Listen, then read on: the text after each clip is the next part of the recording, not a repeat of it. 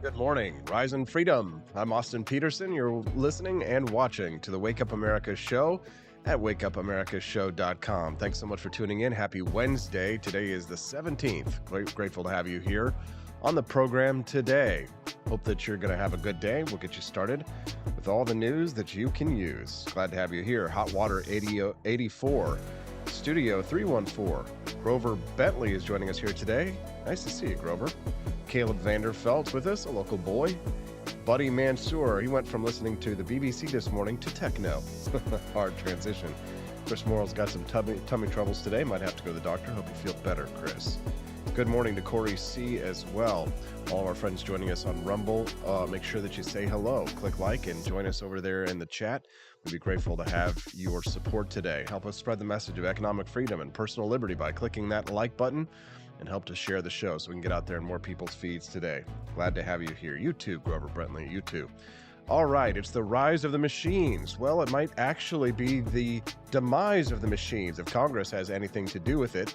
The head of the artificial intelligence company that makes ChatGPT told Congress on Tuesday that government intervention will be critical to mitigating the risks of increasingly powerful AI systems. In other words, he made it to the top, and now he wants Congress to pull the ladder up so that no one else can make it to where he's at. We'll talk about that in just a few minutes.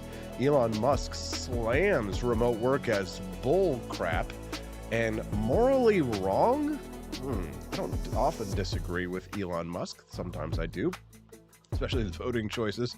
But on this one, I think we're going to have to beg to differ. I was reading an article in the Wall Street Journal yesterday about how the return to office has stalled. Offices remain half empty as companies have been settling into hybrid work plans. There was all this talk and push about making workers come back into the office, but implementing those plans have been a lot more difficult than people had first expected. I was reading actually a different article on Fortune over the weekend. So few people are willing to relocate for a new job that it just actually hit a record low because of hybrid work and high mortgage rates that are to blame for that. Yeah, we'll talk about that in just a few minutes.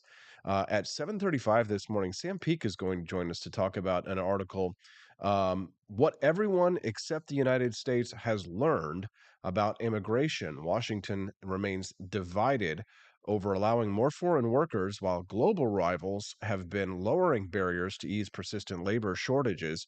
We're going to talk about that as well as that migrant wave on our southern border and what might be done about it with Sam Peake this morning. He'll be joining us at 7:30 a.m.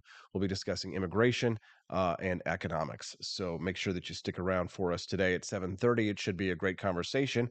Camelia Peterson is here with us today. She's very excited to see that Sam will be on the show today. Yep, his very first time on the program. I thought you guys might like that. See, don't you like surprises? Isn't it a little bit more fun when you get to like, oh, who's on the show today? All kinds of great stuff for you at 7:51 today. Oh, you know what? I think I'm not going to tell you this. I'm just going to show you. So just wait until 7:51. I got a really funny video to share with you. I guess it's kind of mean, but you know what? My problem with my humor is my humor is kind of mean. So I got a video to share of you of someone unfortunately suffering. Schadenfreude. That's what it is. It's my inner German, I guess. We'll talk to Judge Napolitano today at 8 o'clock. Yes. I love it when the judge is on. It's always such good conversation. It's an intellectual feast. We're going to talk to the judge. It'll be big brain time. Chris, if you can make it back from your appointment before that, I know you'll appreciate that. Let's talk to the judge today at 8 o'clock about the results of the Durham report. I wanted to hear from the judge on his thoughts on the legality of what the FBI did to Donald Trump in the accusations of the collusion with Russia. So we're going to talk about that with Judge Napolitano. We'll get his legal perspective this morning at 8 o'clock, and he's also going to give us a sneak preview of his weekly column that's coming out tomorrow. Excited to have it. Oh, and one of my new favorite friends, Cheeky Mare, is here. Oh my God, yes. I love hanging out with my friends in the morning.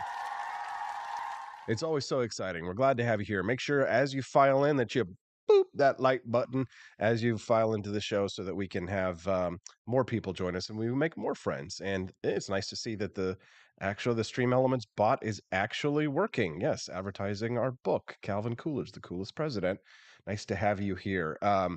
All right, sir. The news, the news. Oh, and if you missed my interview with Larry Sharp yesterday, I'm going to replay that today just because I know that people actually like replays. And I had such a great conversation with Larry yesterday that I wanted to make sure and share it with you. All right, let's talk about the news. First, I'm going to take this from a couple of different angles because I'm such a big fan of artificial intelligence and I use it quite a bit, especially for this show.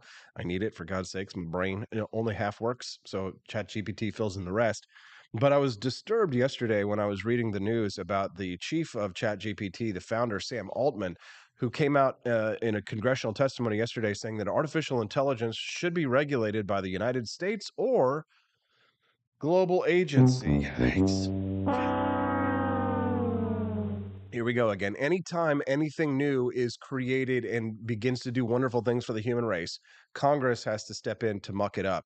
But I do have an interesting clip yesterday from the hearings of Senator Dick Blumenthal. In his congressional, while Sam Altman was giving congressional testimony in front of Dick Blumenthal. Take a listen to this. This is interesting.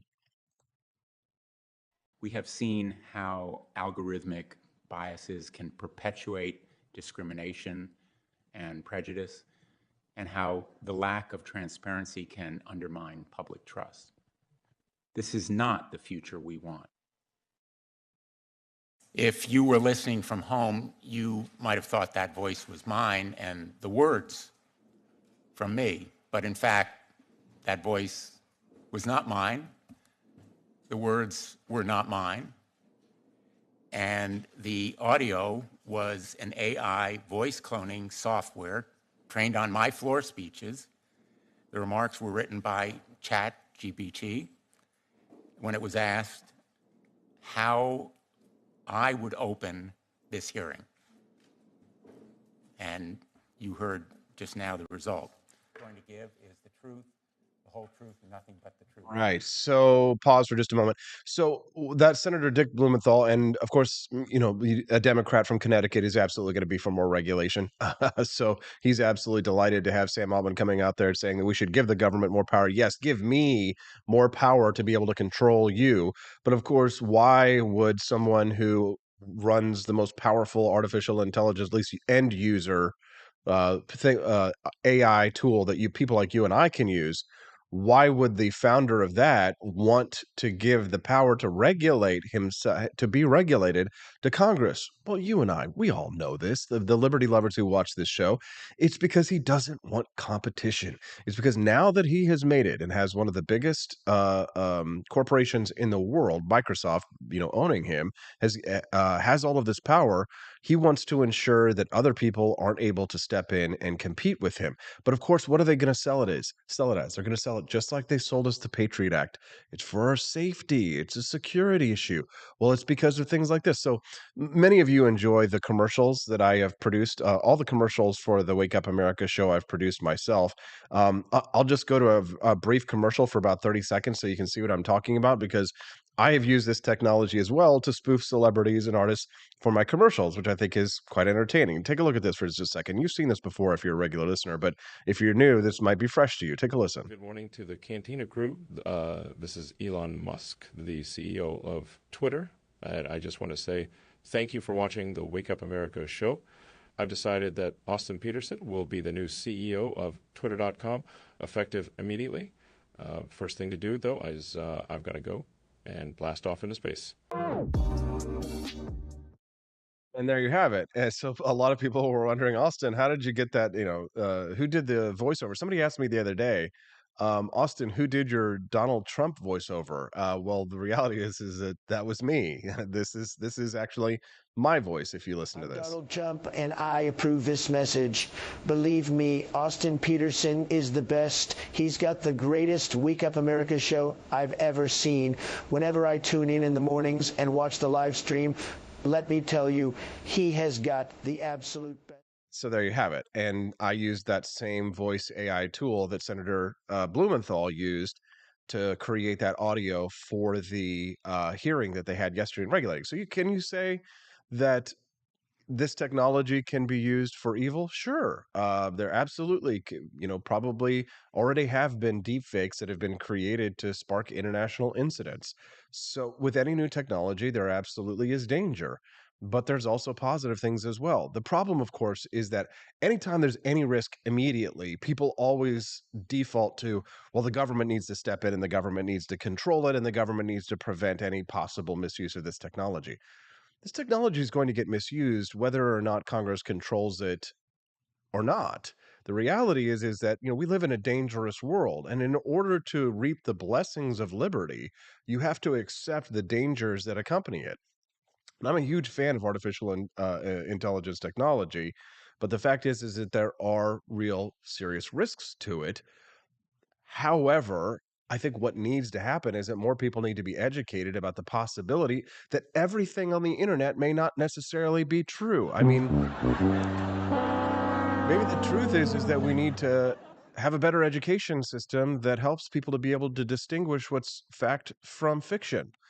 I mean, isn't the problem really not the robots, but isn't it the people, the gullible people who believe anything that they see? I mean, quite frankly, the reality is that this technology is going to continue into the future, and you're never going to be able to prevent things like this.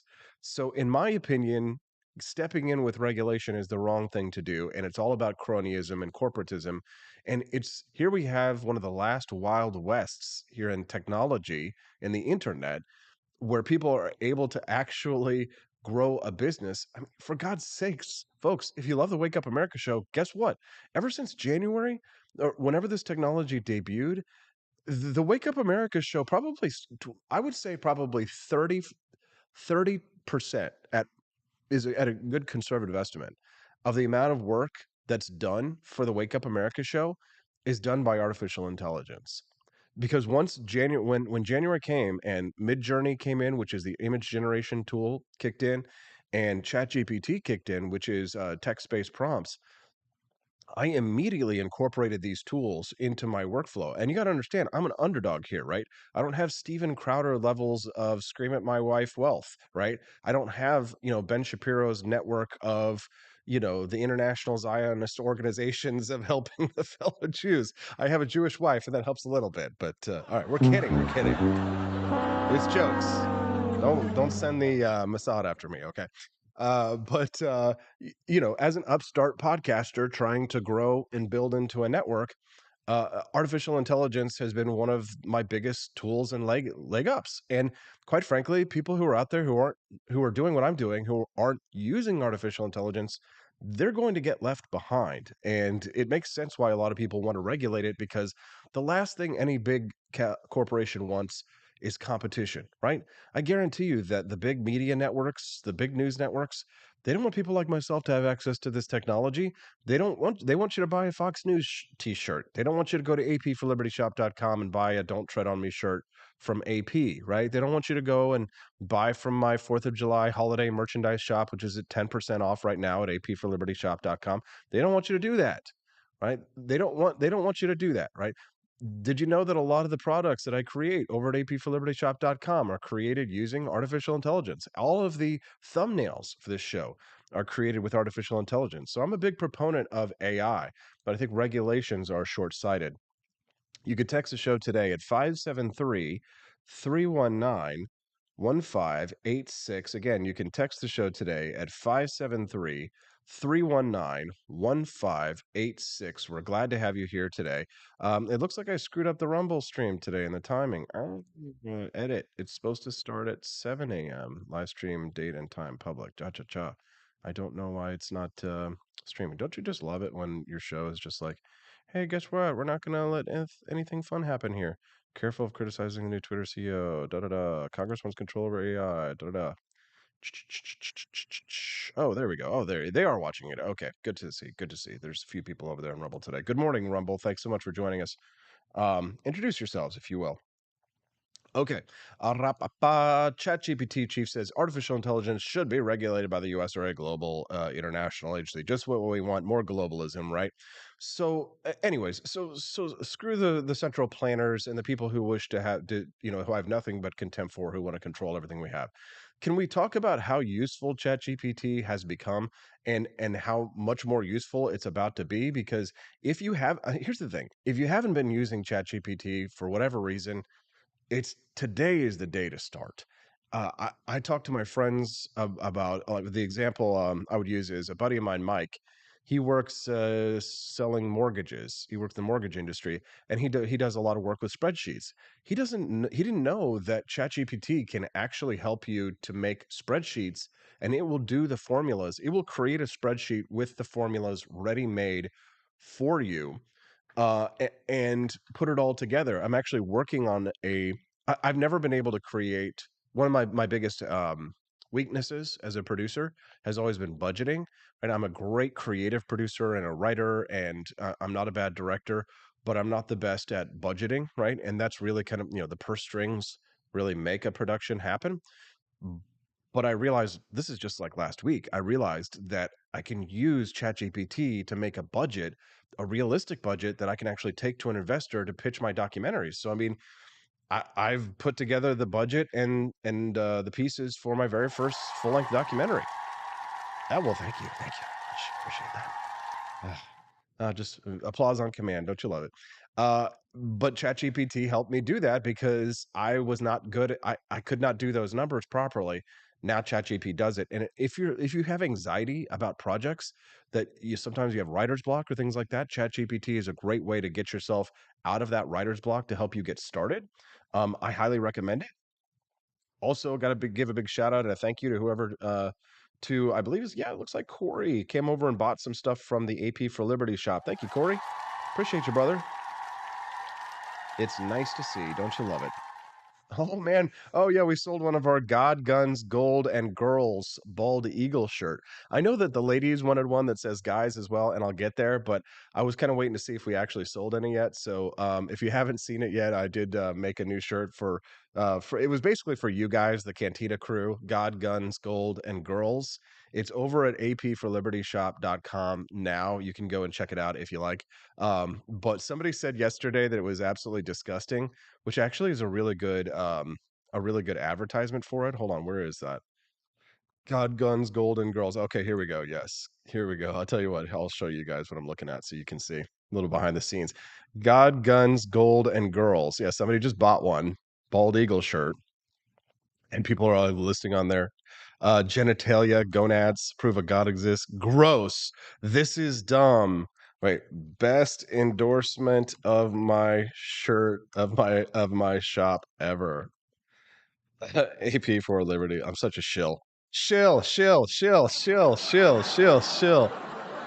When people say, "Oh, haters pay my bills" and stuff like that, in my case, it's actually true. My haters do pay my bills. I will buy one of the God, Guns, Gold, and Guys shirts. All right, Cheeky Mare, I'll have that up for you later this afternoon, but you got to promise you'll do it. Corey, thanks for getting the codes worked out. You're welcome, sir.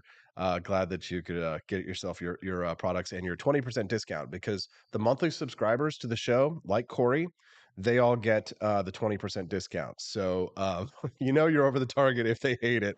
Exactly.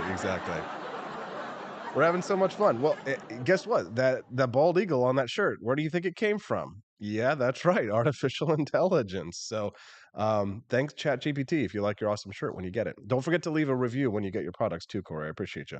Okay, so let's talk about the tools of ChatGPT and how you can use it to your advantage because ChatGPT is about to get a lot better. If you are using it and it has been effective for you, good news, it's about to get better. If you're not using it, today is the day. Incorporate it into your workflow because, again, you're going to be ahead of all of your colleagues who aren't using it. Don't balk at new technology. BALK, balk. Balk. Don't balk at new technology.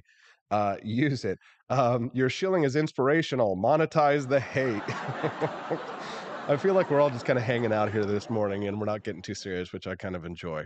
ChatGPT, though, it's about to get a whole lot better. It's just really exciting.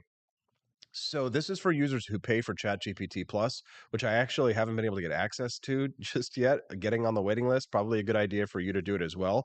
But they're about to have access to a web browsing feature that provides up-to-date information because prior to this update, ChatGPT has been limited in what it could answer because it was only trained on data up until 2021. So it was useless regarding information about current events and real-time developments of things that are happening right now.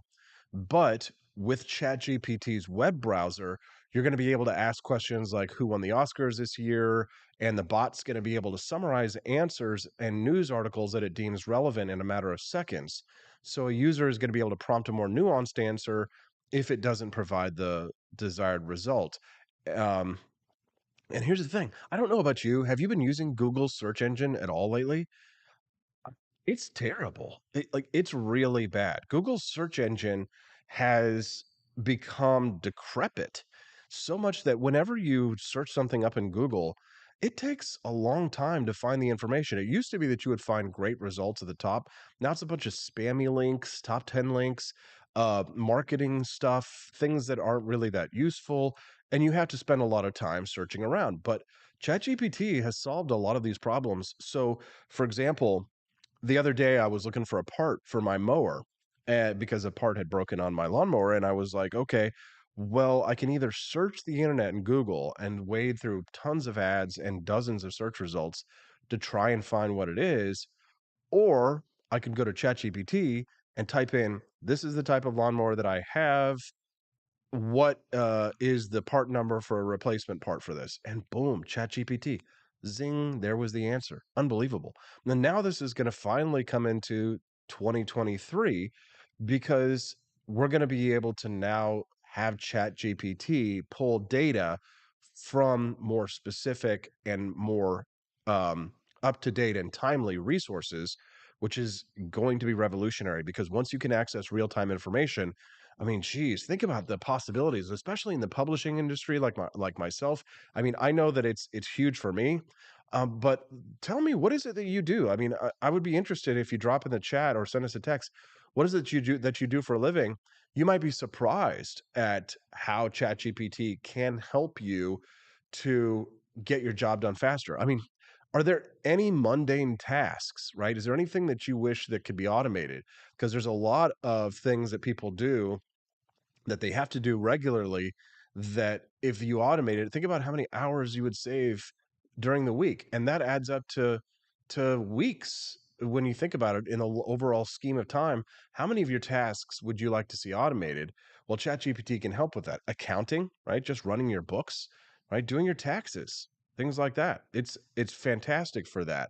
But we're about to add all of these new third-party plugins for web services like Expedia, Kayak, and Instacart. So users are going to be able to prompt ChatGPT to perform tasks on specific websites. So, for example, you have a flight coming up or you have a trip coming up this summer, right?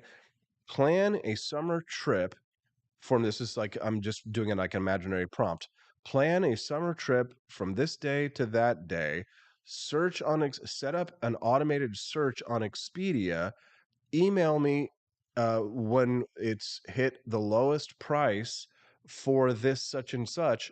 Send me emails for resorts, blah blah blah, that are within this price range. And you can say, or you can even tell ChatGPT, here's how much I want to spend. Here's my budget for my trip. I want to go at this time, and I want to spend this amount of money. Plan my trip. Dude, it works. For example, Stephanie and I, when we were planning our Japan trip, we were having trouble understanding public transportation. So we just told ChatGPT, plan our transportation from Tokyo to Osaka for the least. What are the best transportation options and how do we get there? Give us step-by-step directions, right? Because some of the stuff was confusing at first. Artificial intelligence planned all that for us. ChatGPT is about to come into the 20th, is it 20th century? Yes, it is 20th century, not the 21st century. Good God. I'm losing track of centuries, for God's sakes. For God's sake, I need AI in my brain. Can we please just put the chip in my brain? How about this? How about I just stick to coffee for now? All right, I got to go to a commercial break, but not because I want to, but because I have to. And the reason why I have to is because I'm going to go get Sam Peak to talk about immigration and economics. When we return, tens of thousands, hundreds of thousands, millions lining up on the American southern border. How should we deal with it? Let's talk to Sam Peak from Americans for Prosperity about that when we get back on the Wake Up America Show at wakeupAmericaShow.com.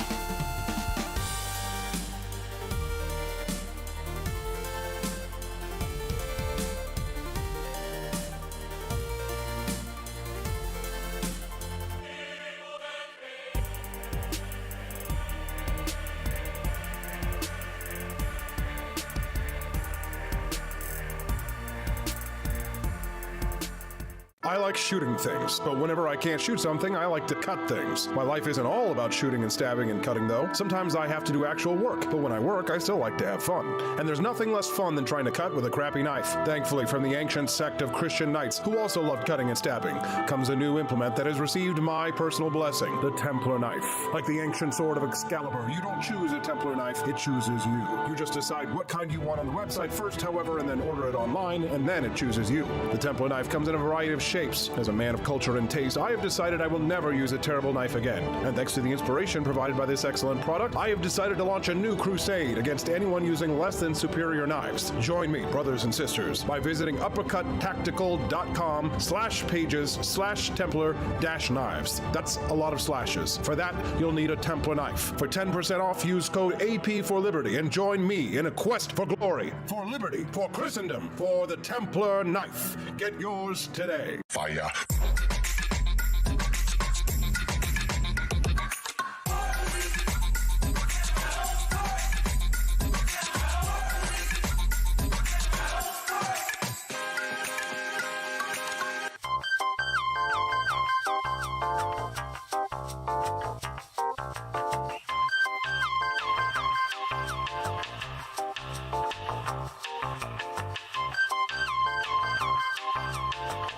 Hello, this is Barack Obama, and let me tell you why Austin Petersen stinks, and you should never pay attention to anything that he has to say.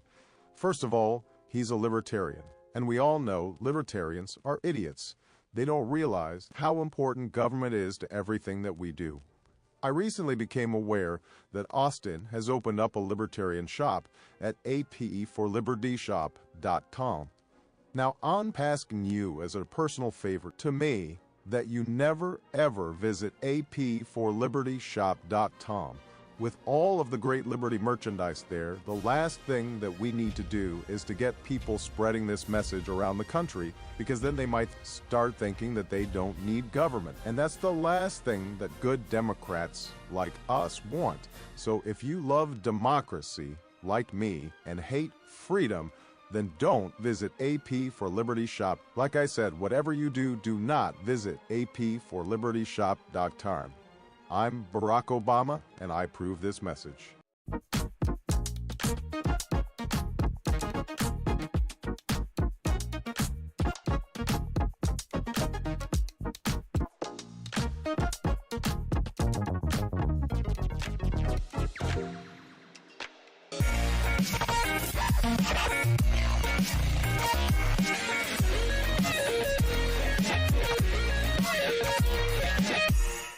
When I was in foster care, I never knew when I would have to move, so I always had my suitcase ready to go. Then one day, I was adopted. My new parents opened their hearts and home to me. My parents cook my favorite breakfast for me every morning. My parents take me on trips I never thought I would go on. They gave me a home and an even better reason to use that suitcase. My parents aren't perfect, but they're perfect for me. I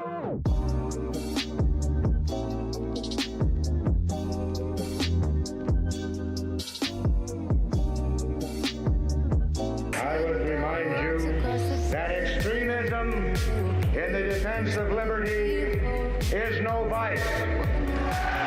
It is better to settle these matters in the courts than on the streets, and new laws are needed at every level. But law alone cannot make men see right.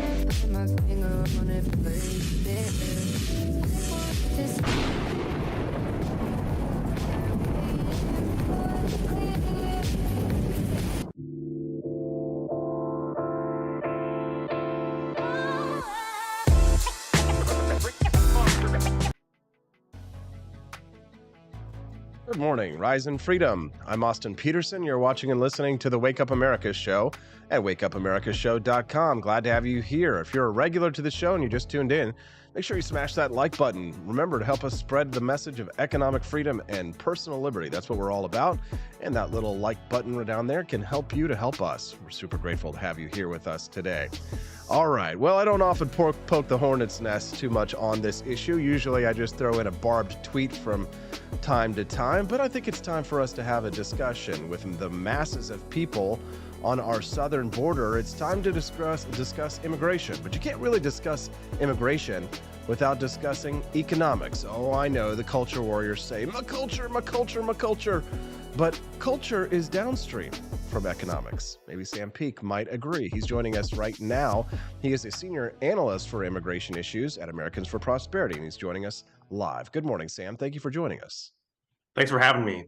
Yeah, so I read this article on the Wall Street Journal yesterday. What everyone except the United States has learned about immigration. What is it that the rest of the world knows about immigration that we don't? They recognize the economic benefits of it. They understand, or they're learning to or they're starting to understand that it's not just immigration can either be an asset, a clear asset, or it can be widely debated, and that depends on the types of systems that we have. We can have systems that recognize immigration as something that's natural, something where citizens of a country, they've got natural economic, communal, and familial ties with the rest of the world, or you can deny that, and you can have a buildup of this unpredictable pressure that waxes and wanes, like what we're seeing at our southern border. Now, countries like Germany and Japan right now are faced with a crisis, not only a crisis of economics, but they're faced with a crisis of demographics, right? With the decline of population in countries like Japan, they're desperate to get people to come in to fill the labor shortages there in order to stimulate economic growth. The United States is not that desperate right now in terms of our economic state, but we're definitely not in a great situation. We're in a bad trend. Some people think that in order for us to be able to have a strong economy, that a strong border policy go hand in hand. What would you say to that?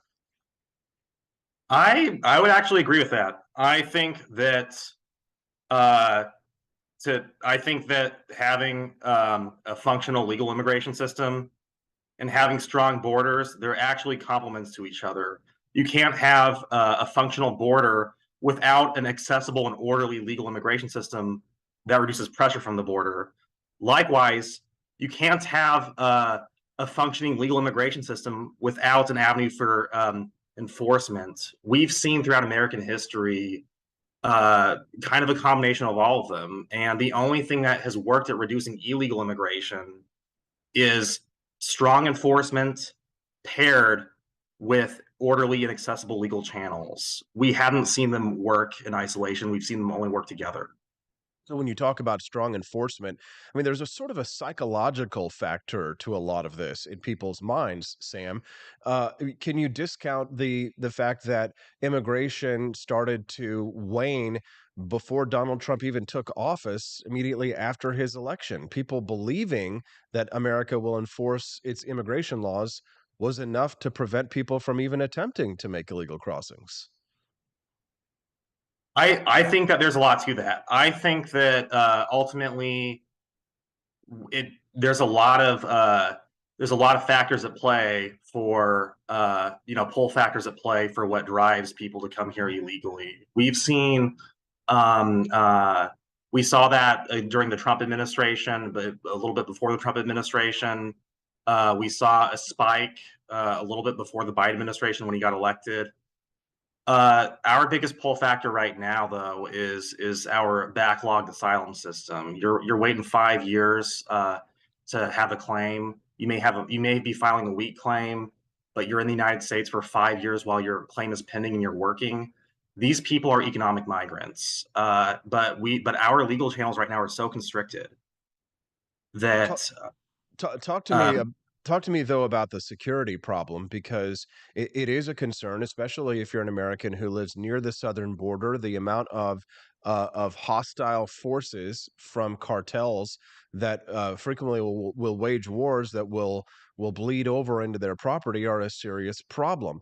Not only do we have a challenge in regards to securing our border in order to have just an immigration process that's respectful to people who are economic migrants, but we also have a security challenge that's related to our country's war on drugs as well.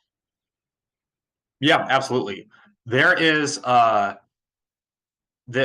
right now what we're seeing is that we've got we have our border patrol agents that are tasked with both enforcement and also processing people, doing humanitarian functions, right? They should be doing their jobs of enforcing our immigration laws, and going after cartels, interviewing people to look at cartel activity. But right now our asylum system is it's sprawling, and so they're doing all of these humanitarian functions at once, right? And so really what we need an asylum system that's working quickly, that accepts people that qualify, that rejects people that don't qualify, and that quickly removes people, and then having legal channels where if you're an American, Americans can sponsor people to come into the country to work here, right? I mean, right now, if you're a farmer and you want to hire one agricultural worker, it's $10,000 in administrative costs to hire one worker. That's not including the wages that you're paying to them, or the housing, or the benefits. And people don't realize just this undue administrative burden on farmers and small businesses, and that it's these people who are locked out of the immigration system. You're just tuning into the Wake Up America show. Good morning. I'm Austin Peterson. We're grateful to have you here. Make sure you smash that like button. Joining us now live on the stream is Sam Peak. He's a senior analyst at Americans for Prosperity. We're talking about immigration in the United States and what everyone around the world seems to know that we don't. Now, populist sentiment in the United States, Sam, has turned decidedly against immigration. And whether or not you're a Republican or a Democrat doesn't really matter, because neither party is really friendly towards immigration. There may be a base in the Democratic Party that claims to be pro-immigration, but these are not the people who are in power. There may be a pro-immigration wing of the Republican Party, of which I am a part, but certainly libertarians are not in control of the Republican Party, and the neoconservatives, who might agree with us on immigration, like the Bushites and others, they are certainly no longer in control of the reins of the Republican Party. So what we really have is a consensus, if you will, on immigration amongst the elites in this country that is sort of ironic when you consider that it is the anti-elitists, the populists, who are pressuring the elites to take these positions on immigration. Do you think that America's immigration policy really can be fixed when there is such a strong populist sentiment in this country? I think that I don't know how long it's going to take, but I think something's going to keel over in the end, because, as our country gets larger and larger, our ties with the rest of the world are going to become increasingly undeniable. Right now, there's kind of a separation, I think, from the drivers of immigration, which is us, the American people, and our demand for it. And people's perception of that, right? So, national populists, they like to talk a lot about sovereignty. They think that the American people should decide their own immigration system. I agree, but not through the voting booth, right? I think that Americans should be able to decide their own immigration system by putting their money where their mouth is, paying out of pocket. If you can afford to bring someone over to work, and afford to have them pass through the security checks and bring them over here, you should be able to do that.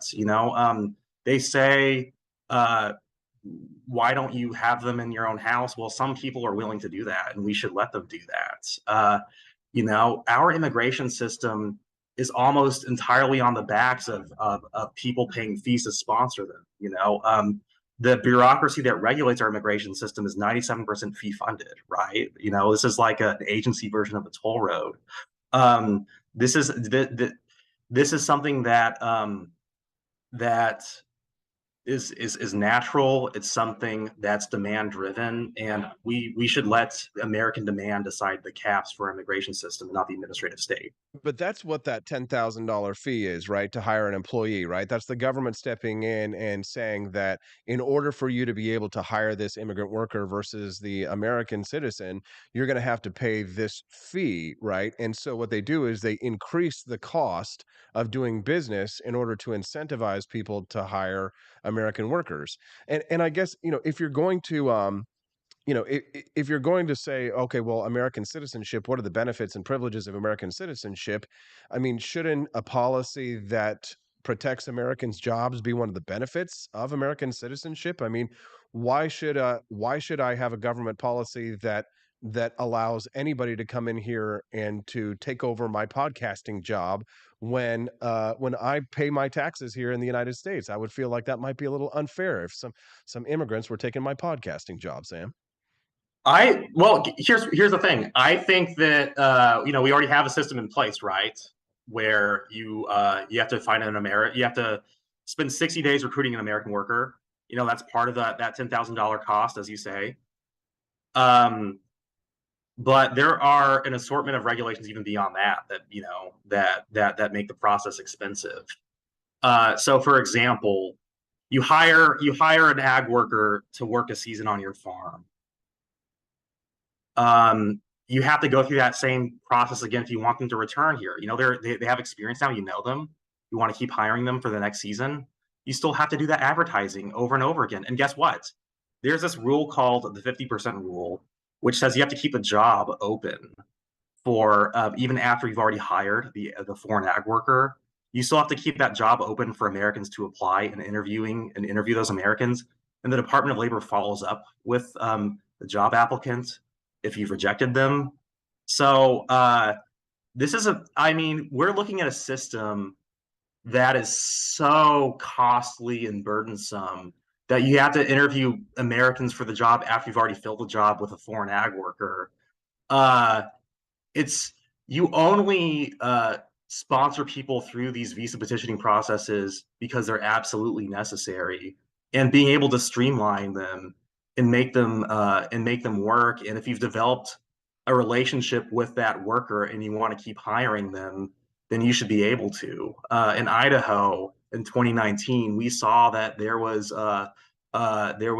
roughly 2,000 jobs open that were double the minimum wage, that were farm jobs, and we saw roughly 5 Americans apply for those jobs. It's not just that they're not willing to do that work; it's also about location and the fact that fewer Americans are wanting to work in rural areas, and rural America shouldn't have to suffer for it. Sam, I'd like to ask you about the cultural question now, because I think that's where a lot of the anxiety from the right comes from, and the left, but mostly from the right in regards to the waves of immigration that we're currently facing at the moment. I have a little bit of troll that I haven't pulled out just yet. I'll go ahead and share it with our listeners in the podcast, but I haven't been able to use this one just yet in a debate. But in regards to the cultural question of immigration, I thought it might be funny if at some point I might be like, yeah, the last thing that we need are more conservative Catholics in this country coming into our country and bringing Catholicism, which I know that would get some ears fuming for sure. But there is a question of assimilation, Sam. If people come into this country and they're not able to interact, I mean, it impinges on commerce. It is more difficult for them to, they can more easily be exploited if they can't speak the language, right? People who come to this country, if they don't assimilate into American cultural norms and aren't able to perform the basics in society, then to a large degree, then they sort of dwell on the outskirts of society. So how would you respond to people who have anxiety about the cultural shift of people when they ask about assimilation? I think that this speaks to the fact that again, it's less about what kind of person, honestly, you're letting in this country, and more about how they're being entered in this country. Making sure that the sponsorship process is bottom up and driven by natural demand is critical, because it's people mostly with natural ties to that person they're bringing in who can act as intermediators between the immigrants' culture and the culture that they're resettling into. And so we see this with refugee sponsorship, for example. Refugees in Canada who are sponsored by the government, they learn English a lot slower. Their earnings are not as high. It takes them a long time to get a job. Their earnings advantage is lower. Their earnings disadvantage is like lasts for 15 years compared to private sponsors. When it's churches driving it, when it's families driving it, when it's employers driving it, you see a very different process happen. They're not as likely to live in ethnic enclaves. They're more likely to be resettled all throughout the United States. The best assimilation program when you arrive in a new country is work, right? And our ability to have newcomers come here and work has been a reason, for example, why we've successfully integrated the Muslim population very well compared to Europe. That's interesting. Sam Peak, senior analyst for at Americans for Prosperity. Is there anything else that you'd like to share with our listeners today, Sam, before we let you go? Yeah, absolutely. Immigration, it's there are a lot of tribal reasons to be skeptical of it. However, we should also have an immigration system that I think honors our natural tribal ties, be it through our religion and faith, be it through our family ties, be it through the people who we want to do business with. And currently our immigration system does not respect those natural ties. And we should at least agree that that immigration system that's in the national interest is one that Americans are able to control through that process. There you have it. Immigration system of reason and of liberty. Sam Peak, thank you very much for your time today. We're grateful to have you on the show. We'll definitely have you back on again, hopefully soon. Have a great day. Thanks for having me. Have a great day. Thanks for coming on. What did you think of Sam Peak? Send us a text at 573-319-1586. Good morning, Anna Banana Rama. Nice to see you here today. Glad to see people filing in over there on YouTube. I know some people were curious about our discussion about AI.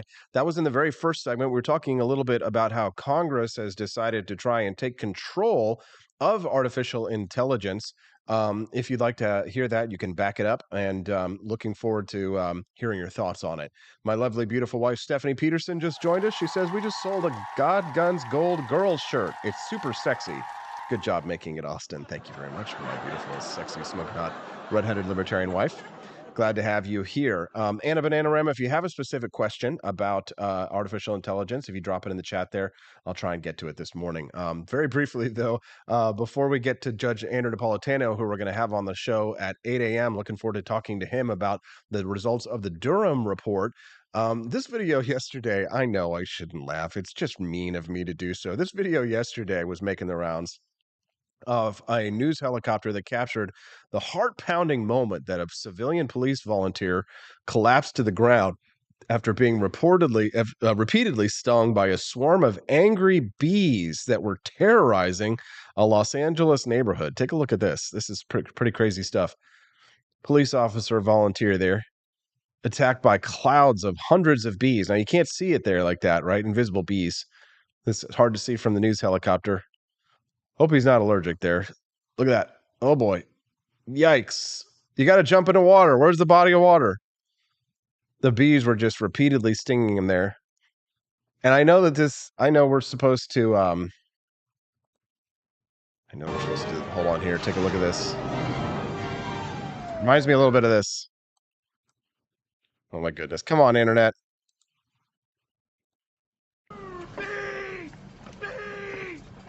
No, come on. At this moment, the Internet decides not to work. Please. Come on, let's go.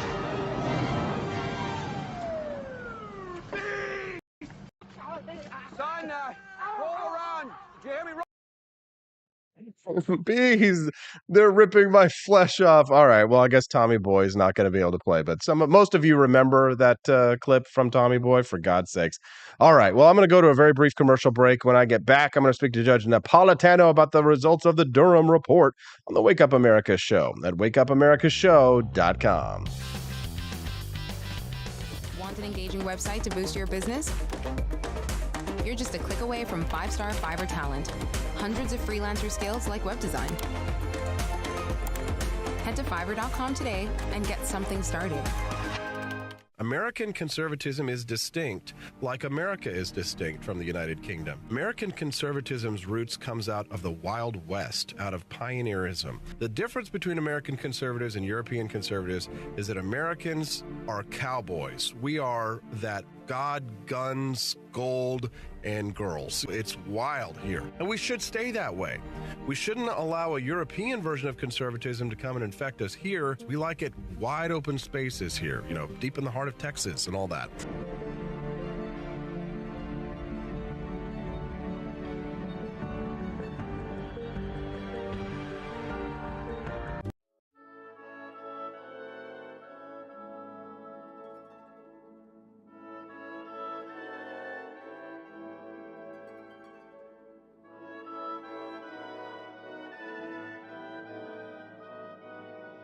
Hey there, it's your favorite Vice President Joe Biden. I wanted to talk to you today about the Wake Up America show, the best source for all your political news and commentary. But before I get started, let me just make sure I have all my notes in order. Okay, where was I? All right, the Wake Up America show. It's a great way to stay informed and make your voice heard. Boy, what was I saying again? Oh, right. The Wake Up America show. It's important that we all stay engaged and knowledgeable about what's going on in our country and, the thing. But hold on, where was I going with all this? Oh, yeah. The Wake Up America show. It's a fantastic resource. And if you really want to make a difference, man, you can sign up to be a monthly donor at wakeupAmericaShow.com/support. Now, where was I? Oh, that's right, the Wake Up America show. So if you want to stay woke and support a great cause, head on over to wakeupAmericaShow.com/support and sign up to be a monthly donor today. And if you're feeling generous, you can even give a donation in my name. Thanks for listening, and keep on keeping on, America. Come on, man.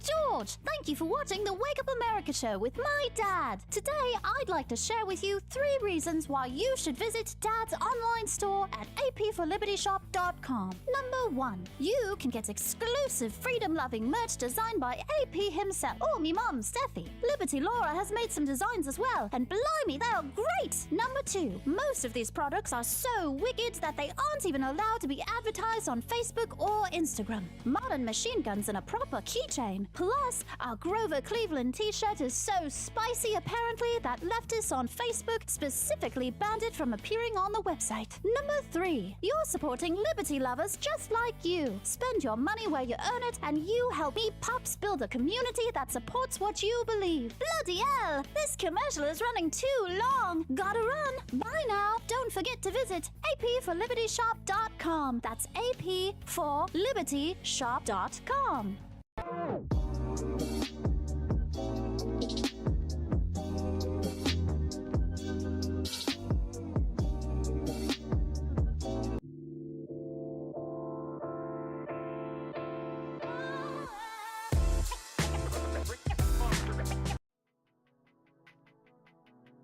Good morning. Good morning. I'm Austin Peterson. Welcome to the Wake Up America show. It's time to rise and freedom. Grateful to have you here. If you're just tuning into the program, make sure you click that like button to help us spread the message of economic freedom and personal liberty. It's nice to see such a nice, big, beautiful audience today over on YouTube, Rumble, the Freedom Hub app, as well as on Facebook and Twitch. Grateful to have you here. Make sure to subscribe as well to the channel so that you can get daily updates whenever we go live, which is every Monday through Friday from 7 a.m. to 9 a.m. Central. All right, I won't hold him back anymore. I know that he's the one that you're really excited to see joining us now this Wednesday, pre-trip to Switzerland, is the good Judge Andrew Napolitano. Good morning, Judge. Nice to see you this bright and early. Good morning, Austin. Always a pleasure to be with you, my dear friend. Thank you. You have such an exciting life, Judge. You just told me about your trip to teach at a law school in Switzerland, I hear? Well, the University of Zurich Law School is the Harvard Law School, or the University of Chicago Law School, whichever is the number one here, of Switzerland. I have a friend who's on the faculty there, and from time to time, he asks me to come and give a couple of lectures. So I will be teaching a class on the separation of powers under the Constitution and how it doesn't work because Congress keeps letting its powers seep into the executive branch. And then I'll be giving a lecture, a public lecture to about 500 people in the same room in which Winston Churchill gave a very famous lecture in 1946. My lecture is, do we still have a constitution? Whatever happened to our natural rights? Wow, I love it, Judge. I miss being able to be in proximity to you so I could go to these kinds of things and see you in live and in person because you're such a compelling public speaker, and we're grateful to be able to have a bit of that here on the Wake Up America show. Judge, ever since this news broke about the Durham report and the corruption of the FBI, I've been just waiting to have a conversation with you about it in public because I know that your unbiased expertise on this one will help to shape not only my opinion, but the opinions of the hundreds of people who will be watching this conversation. So if you wouldn't mind, give us your broad analysis initially of your thoughts of the results of this report. Well, my thoughts are that there's nothing new in the report and there's no accountability as a result of the report. The report tells us what we already knew, which is that the federal government commences criminal investigations on the basis of political wishes and needs, not on the basis of articulable suspicion or probable cause of crime. We know that since 9/11 and the Bush era Patriot Act and amendments to the Foreign Intelligence Surveillance Act, that a full generation of FBI, CIA, NSA, BATF, fill in the blanks, the three-letter federal agencies that have spying powers over the rest of us, a full generation of those agents have come of age being told and understanding, don't worry how you get the evidence, the prosecutors will take care of it. Just get the evidence. They simply don't care about the Fourth Amendment. So they can commence an investigation of Hillary Clinton and go very soft. They can commence an investigation of Donald Trump and go very aggressive. They can commence any investigation they want based on politics rather than on crime. Now, I'm going to use this phrase twice. The FBI is nothing without the DOJ. The FBI is nothing without the DOJ. Every FBI agent works for an assistant U.S. attorney. Every assistant U.S. attorney works directly or indirectly for the Department of Justice. The FBI has no arrest warrants, no search warrants, no subpoenas for documents without a federal prosecutor. Who was running the DOJ in the time period under which Durham conducted his scrutiny? Bill Barr. Who appointed John Durham? Bill Barr. Who did John Durham indict? Two low-level people you never heard of for lying to the FBI. Lying to the FBI, how's that a crime when they're allowed to lie to us? That argument was made to both juries, and both juries said, you're right, not guilty. So all of this and the $100 million that it cost has been a total and complete waste.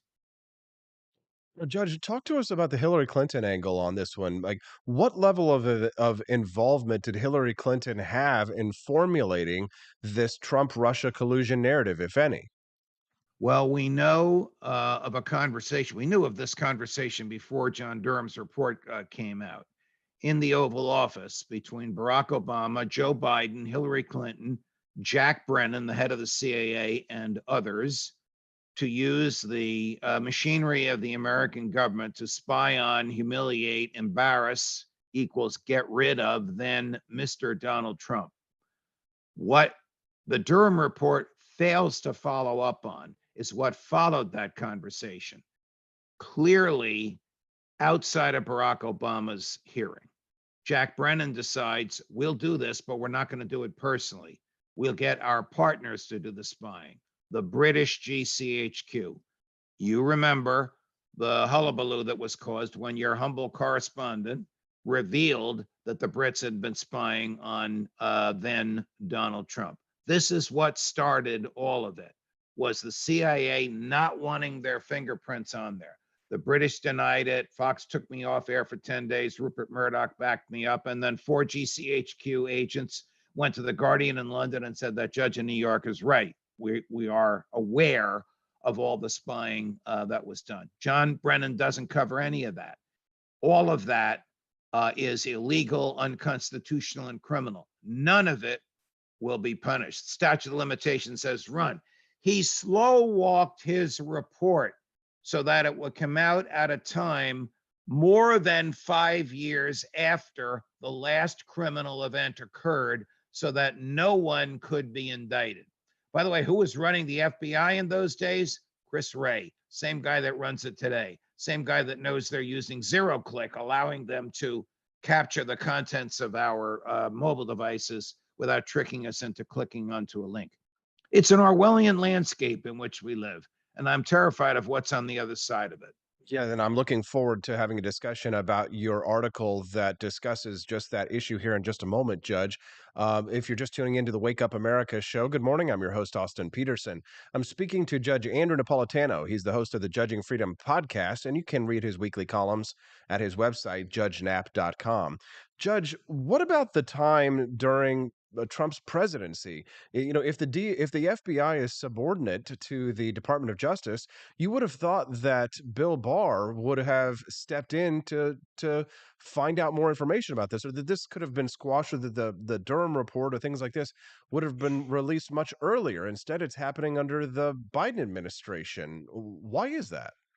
Because government protects itself. Why is the last person to be prosecuted by the feds for lying to Congress after government officials lie to Congress all the time? The last person to be prosecuted for lying to Congress was Roger Clemens, the Yankee pitcher, about the contents of his urine. I mean, you can't make this up. He was a hung jury, the first trial, second trial, he was acquitted. Government protects its own. One person in the government was indicted in all the Russiagate nonsense. Kevin Kleinsmith, you probably never heard of him, a 28-year-old junior lawyer in the FBI who changed some wording in an affidavit that went to the FISA court. The two people that were in, and he pleaded guilty and served 6 months of probation. The two people that Durham indicted for lying to the FBI, not substantive crimes, but lying about substantive crimes. The jury, two juries acquitted them.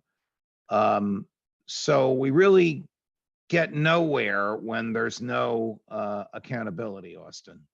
Judge, on the political side of things, in the question of Donald Trump running for president, now I know you and I, looking back at his presidency, we can do so with a jaundiced eye. There were a few things that he did that I thought were very good, like the First Step Act, and there were some libertarian reforms that he made in regards to criminal justice that we can look back on and say, but did he drain the swamp? No, he filled it back up again with people like John Bolton and many of his picks, which were some of his greatest enemies in the end, right? Which we could have warned him about. If he'd been listening to you a lot more in those private conversations you had, then he probably would have made better decisions about staffing and hiring. But we can say that one of the best Supreme Court justices in American history, you get a lot of credit for, and we're grateful for you for that, Judge. But in regards to the possibility of a next presidential term, if Donald Trump is elected again, never mind the fact that he said he won the last one, so in theory he can't be elected president again because he said he won the last one, right? But if let's say he gets elected again, is any small part of you perhaps curious to see if this time, because of everything that happened, that maybe he goes on the warpath, and maybe this time he actually drains the swamp? Or are you more of the, nah, it's going to be like Lucy, and he's not going to let us kick the football? Do you think he just fills the swamp back up again? Because some small I part of me don't. thinks he might go on the warpath, Judge. Maybe he goes and he burns it all down, which would be exciting. Well, I mean, he obviously is aware of the dangers of taking on the deep state, and he obviously is aware of the dangers to human liberty of not taking on the deep state. I mean, the NSA, which has 60,000 American spies, is in the Pentagon. The Pentagon works directly for him. He could shut down the NSA with the stroke of a pen. He could stop all wireless, warrantless spying with the stroke of a pen. When Section 702 of the Foreign Intelligence Surveillance Act was about to expire and Congress reenacted it, this is the section that allows the NSA to spy on foreign persons and their American communicants. So I call my friend in Zurich, Switzerland, the law professor who's hosting me.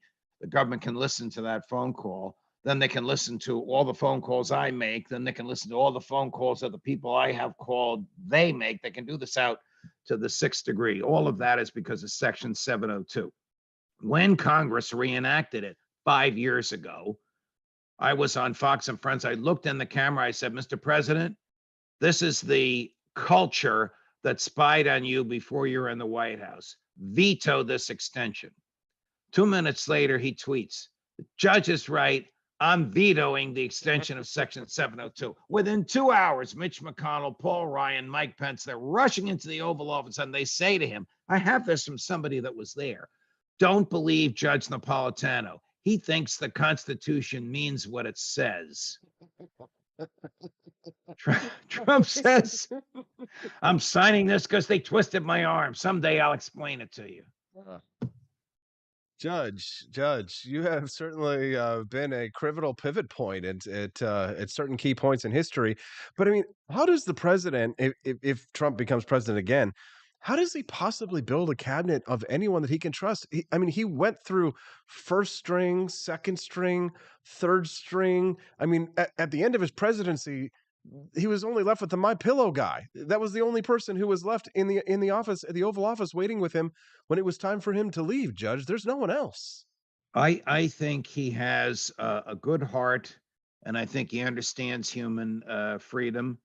I don't think he understands government, even after 4 years in the White House. He may not even perceive how deadly to human freedom the deep state is. And I'm defining the deep state as the bureaucracies in law enforcement, intelligence, banking, regulation, the administrative state, these bureaucrats who are unelected, unappointed, have their jobs for life. Their culture, their personalities may change, the human beings may change, the culture doesn't change. How long is it going to take to change the culture of the FBI? What should we do about the FBI? Oh, where is the FBI authorized in the Constitution? Nowhere.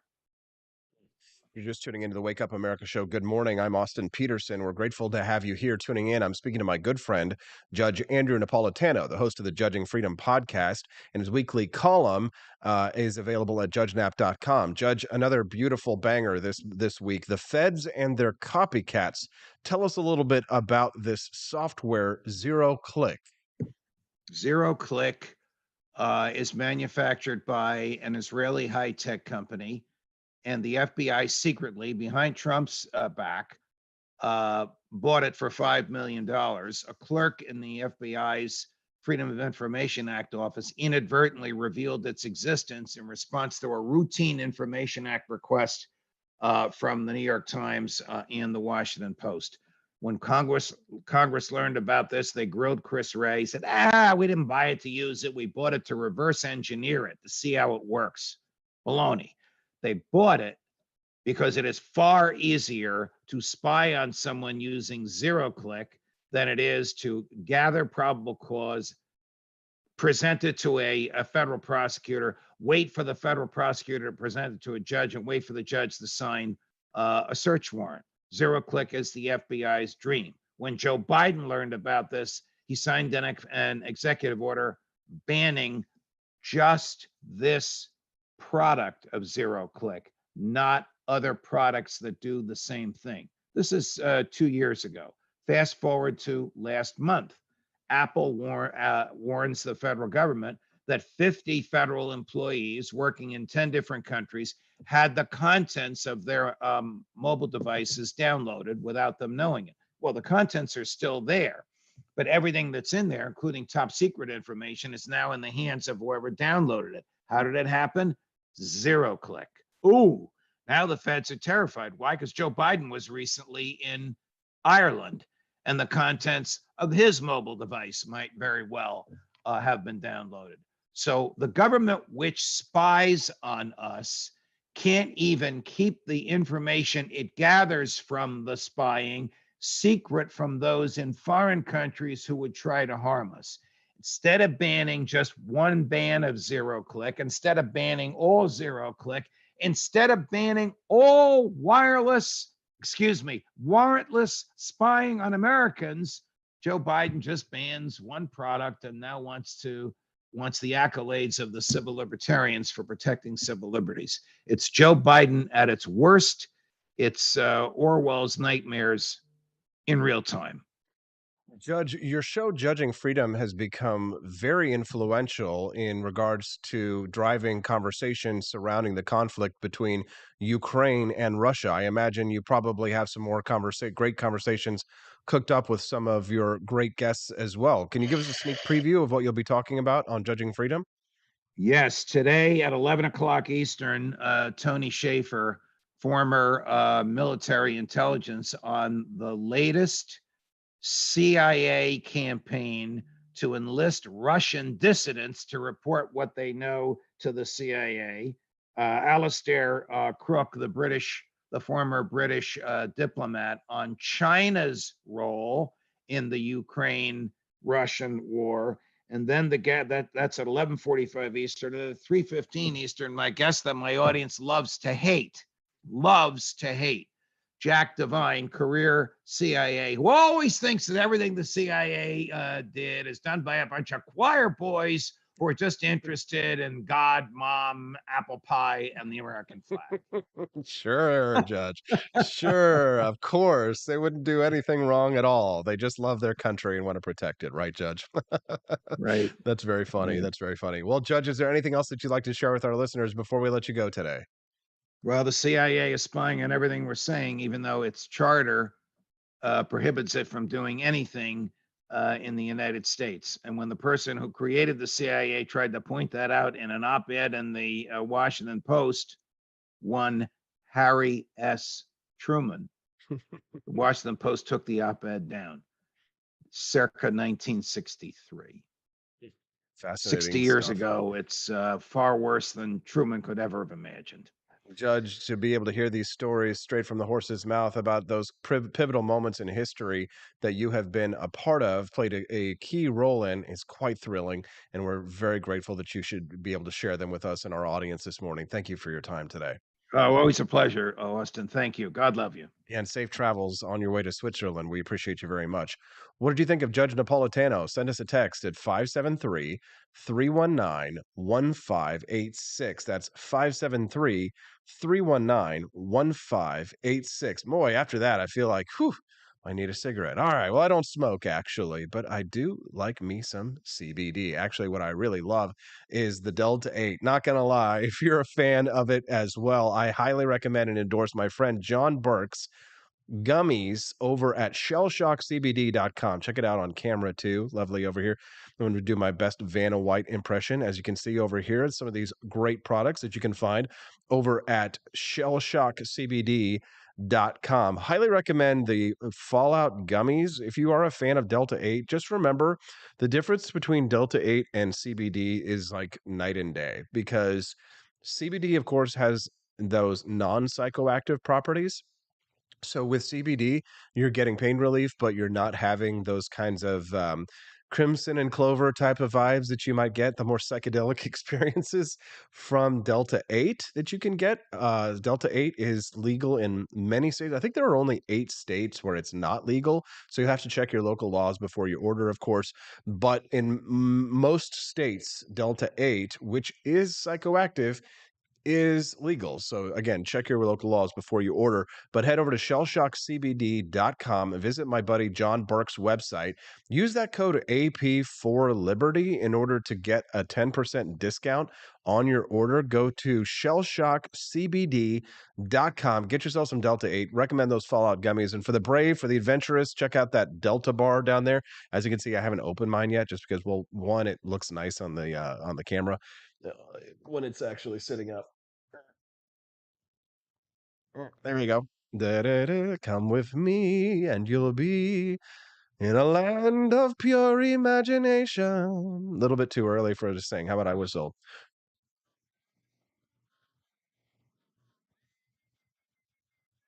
All right, I'm going to go to a brief commercial break. When we get back, Larry Sharpe talking about his fellow Marine vigilante in New York City and what it means to try and defend yourself in blue states. It's going to be great, but you can't wait. Don't hate. Missouri State. All right, give me a rate. 1 through 8. We'll be back with more on the Wake Up America Show at wakeupAmericaShow.com. Donald Trump, and I approve this message.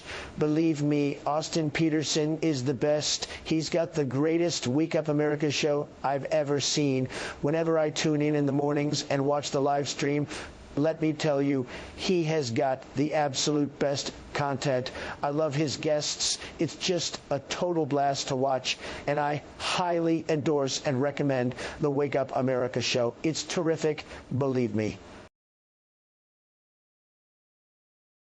Step right up, ladies and gents, to learn about the coolest president yet. He's not just any old prez, he's Calvin Coolidge, and boy oh boy is he different from the rest. He was quiet as a mouse, but don't you underestimate his power. He knew how to handle money, and he didn't waste an hour. He cut taxes, lowered debt, and balanced the budget with ease. No wonder the roaring 20s brought such prosperity and peace. But don't take my word for it. Grab a copy of Calvin the Coolest President and see for yourself. It's a children's book that'll make you smile and help your little ones learn about wealth. You can find it on Amazon Kindle or get your hands on a paperback at apforlibertyshop.com. So come on down and get yourself a copy of the book that's making waves all around town. You won't regret it, so get ready to be floored because Calvin Coolidge, well, folks, he really scored.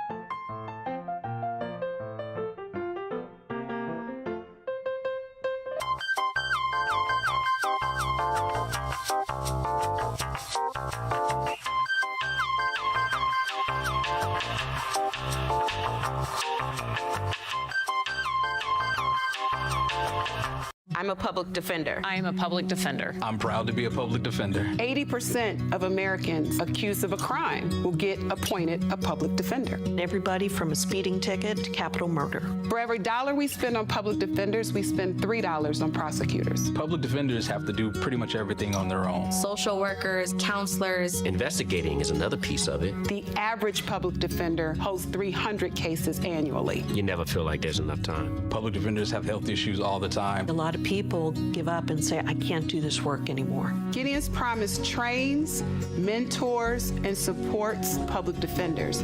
There are a lot of people who say that they would not still be public defenders, but for Gideon's Promise. It's fueled me to continue on in this fight. Gideon's Promise has changed the face of public defense. People see us as troublemakers. Good trouble only. We don't make it easy. It should not be easy to take away someone's liberty.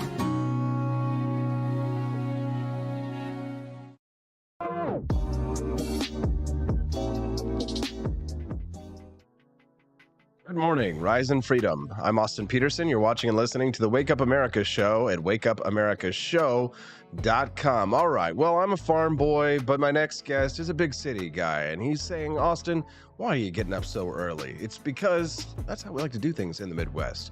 Rise and Freedom. Joining us now, that big city boy, Larry Sharpe, on the line. Good morning, Larry. How are you doing, brother? Hey, good morning, brother. I'm happy to be here as always. Yes, I am People always tell me, they say, why the hell are you in that city? Look, I'm born and raised here. I am a city boy. It's true. Guilty as charged, my friend. Guilty as charged. And it is an hour later there on the East Coast, Larry, so not quite as early as it is here. But thank you so much for getting up early and joining us. Larry, I thought about you when I saw this story about this Jordan Neely character who was killed in an altercation on the subway by one of your fellow comrades, a U.S. Marine, who has now been charged with manslaughter after fatally choking Jordan Neely to death on the train. Whether it was done intentionally or not, I mean, that's going to be, I guess, up to a jury trial. But I guess we should just start with you giving us your take. Big picture, Larry. How do you feel about this case? People don't understand about New York City, and not being a New York City person, people who are listening may go, this seems kind of odd. If you live in New York City, you will be bullied. That's how it works. You'll be bullied by people who are in some form of uniform, and you'll be bullied by criminals.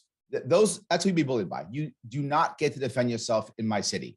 Literally, it is against the law. You will go to jail if you defend yourself. And people know that, which is why most people do literally nothing when bad things happen in the subway. There have been stories about women literally being sexually assaulted, and no one does a thing, because we know that if you do something, you will be the one who goes to jail. You'll be the one. When I first came back to see, after I was a Marine Corps for many years, when I first came back, I was the guy who would do something. Yes, I was a Marine too. I would step up and do something, right? So when something would happen, I was the guy in the subway who would go, guys, stop, what are you doing? Hey, turn that down. I was that guy. And the first thing that happened was I got yelled at by everybody else in the subway car. I'm trying to defend them, and they would yell at me. So I got yelled at. And I realized after a while that, okay, I'm not wanted here, right? They don't want me to protect them. They want me to shut up and sit down and do nothing. So what made this weird to me is after this Marine got up and did something, no one on the train tried to stop him. 2 people helped him. That's what made me think something's weird here. This is New York City. We don't help people. We let them, we call the cops and walk away. That's what we do. 2 people said, no, not get off of him, but they helped to hold the guy down. They didn't say, stop, what are you doing? They held on. So that makes me think maybe something's up. But the thing that bothered me more than anything else is our local officials immediately said lynching, lynching, lynching, lynching. Oh my God, does that make me angry, Austin? Because in case you didn't know, I'm a person of color. My ancestors were lynched. This is not a lynching. A lynching is someone says, I'm gonna go get me a black guy. I'm gonna go out there. I'm going to publicly execute him so that everyone else can see. And that's what I'm going to do as a lesson to the rest of you people. That's what a lynching is. This was some guy reacting, probably reacting to being tired of being bullied every single damn day on the city. Probably tired of seeing this, and maybe saw somebody else get beat up or hurt last week or the week before, the week after. Every single person who's lived in New York City for many years has seen somebody like this do something bad. It's just, I have stories, people have stories too. So this guy was reacting. Do I think he should have choked him? I don't. I think that was a mistake. But what if he had punched him instead? What if he had got up and struck him? Something that many people would have done. What if that guy falls down and now dies? Is he a murderer now? I think no. I don't think it was intentional. I do think he did. I think he killed him. He did. There's no doubt he killed him.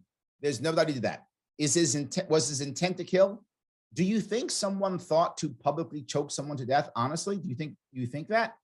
I don't think he did that. Now, we could find out maybe, he was linked to some crazy Klan group or something, maybe, I mean, who knows, but I think that would have come out already. The odds are he was reacting. The people around there were reacting, and they were worried or scared or afraid. That's what I think happened. So is it possible he goes to jail? Yes, it is. And the sad part is it's because of the system that we have. Juries, particularly in New York, tend to put people away. They love government. They believe the government. They believe when you walk into a court, you are automatically guilty. I know lawyers right now are angry at me going, no, it's a high burden of proof. That is a lie that they've been told in law school and they still believe. There's no high burden of proof. You walk into a courtroom, particularly in my state, in my city, you are guilty. Can you prove your innocence? That's how it actually works. Juries just put people away. There's a reason why there's a 99% conviction rate. So I think he may go to jail, but at least he's raised $2 million, which means he will get a fair trial, which is a good thing. If you can raise that kind of money, you'll get a fair trial in our country. As long as you have enough money, you will. So hopefully he'll be able to get a fair trial, and we'll see what happens. And those are some good sound bites there. If you're just tuning in to the Wake Up America show, good morning. I'm your host, Austin Peterson. Make sure you smash that like button if you like what you're hearing so far, and subscribe if you haven't already, especially on Rumble, which we've been excited to see our growth of our audience over there. We'd love to continue to build and grow over there, as well as a big shout out to our Cantina crew over on YouTube who keep us alive. And we appreciate you all very much. Joining us now live on camera from New York City is Larry Sharpe. He's talking about his fellow U.S. Marine who is being charged with manslaughter after choking a homeless man in the subway, a mentally ill man, to death, Jordan Neely, after an altercation that was involved. Now, the video only shows a small amount of context. It's difficult for us to know what happened before and what necessarily happened after, because you can see that Jordan Neely was still moving after he had been choked, but then he died later from asphyxiation.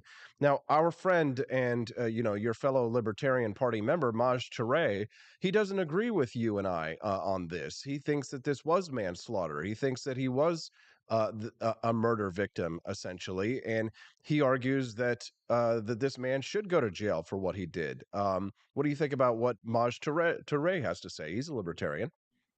I think we have jumped on the culture war on this because one guy was white and one guy was black, and that we should. If both of those guys were white or both were black, we would probably even not be hearing about this. That would be the end. This fits a culture war narrative that gets us to stop talking about the actual issue. And the issue is the subways are a joke. New York City does not take care of its people. This is a problem that no one wants to fix. So we don't have to fix it. I mean, our city council people, who are people of color, were yelling, lynching, lynching. We have it's about $106 billion budget in New York City. Our budget in New York City is larger than most states. I think like 40 states. We are larger than 40, just in New York City is larger than all these states. We can't fix anything. So let's yell this, because this is what's going to make some of your audience just want to jump out of their skin. About a day or two later, a bunch of people came down into the subway and blocked the entire subway. Massive protest, blocked the entire subway. You might go, well, Larry, isn't that a good thing? No, why? Because the rich white people who they hate are up there in their black cars being driven around. The actual people who they hurt were the working class and the working poor who take the subway. They hurt their own. And not just that, why in the world, what were they protesting for? So some guy can go to jail. They weren't protesting to fix the subway system or to have a system to help the mentally ill that are in our subways or to help the homeless. No, they weren't protesting for that. That's fine. Let the system stay garbage. That's totally fine. But let's put this guy in jail because that's justice. So now I'm happy because a guy goes to jail. Boy, oh boy, is my life any better? No. Do I still live in a crappy place? Yes. Is my subway system any better? No. Did I punish the people who drive around in the black limos up on the streets of my city? No. But boy, did I get some guy to go to jail? That's what matters? No. Whether or not Penny goes to jail or not doesn't make my city better. Whether or not Penny is executed in the streets by firing squad or whether he goes off and they give him a penthouse on Park Avenue, it doesn't affect me or my city or my people at all. We are fighting a war that means nothing. The actual war we should be fighting is we have a problem in the biggest city in America, and it's obvious. The city is dying, and we care about whether they put somebody in jail. It is just distraction, and it makes me angry. Larry, talk to us about the race question on this, because like you said earlier, if it had been white on white or black on black, we probably wouldn't be talking about it right now. Why does the left focus so hyper intensely on white on black crime? Is it because it fits their narrative? 100% yes. You've hit it perfectly. Look, something to realize, the two guys who held down Jordan weren't white. So where's the two people being charged for accessory to the crime? Right? If it's a lynching, it's got to be a gang, right? That's what a lynching is. It's got to be a mob. Well, where's the other two guys who were part of the mob? I don't see them being charged. So yeah, why? They're also not white. Now, am I saying that's the reason? Yeah, I am. I'm literally saying that's the reason. Yes, that's what I'm saying. That is the reason. Yes, because it doesn't fit a narrative. If it had been, there's no way in the world that if my brother in arms was a black Marine, that they would be calling it a lynching. They wouldn't. I know that because there's black on black crime all the time in our city, constantly, and they never called it a lynching. It's only because he was white, which sounds horrible. I know. You would think that in New York City, we're a liberal city, we're a democratic city, we wouldn't care about that kind of thing. No, we're just like everybody else cross country. If it fits a narrative, it will lead in the news cycle. That's kind of how it works. If you're just tuning into the Wake Up America show, good morning. Thank you for joining us. I'm Austin Peterson. I'm speaking to Larry Sharpe. He's the former gubernatorial candidate for the state of New York in the Libertarian Party. We're talking about that event in New York City with the choking death of Jordan Neely and the implications involved with race, tribalism, and politics. Quest Fanning just dropped $5 into the tip jar. Thank you for that, Quest. We appreciate that. Give him a round of applause. He says cashless bail and other craziness are a response to the fact that New York City is over litigious. I think you'd probably agree with that, wouldn't you?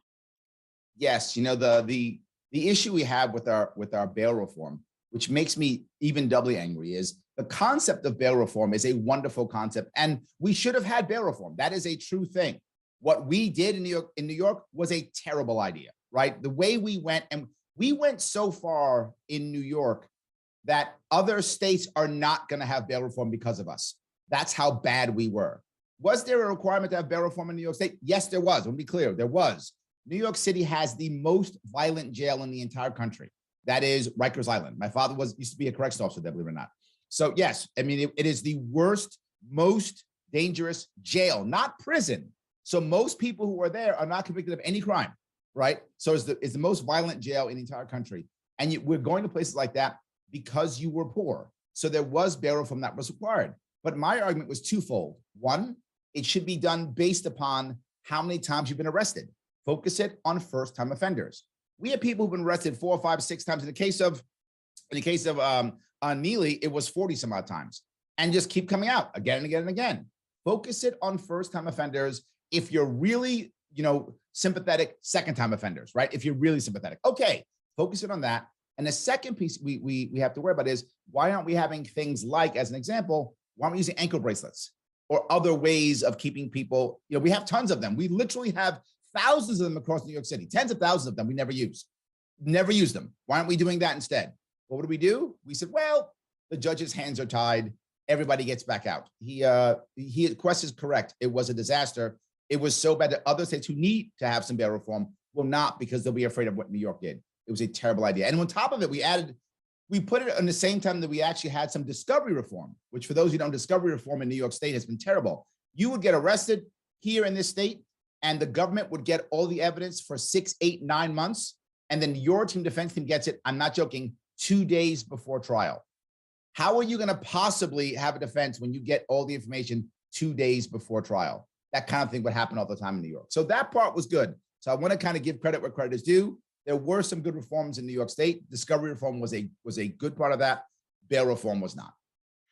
Now, Larry, in one last question in regards to this specific incident here, on the racial angle side of things, Larry, I mean, as a black man, and a libertarian, you're very rare as hen's teeth, if you will.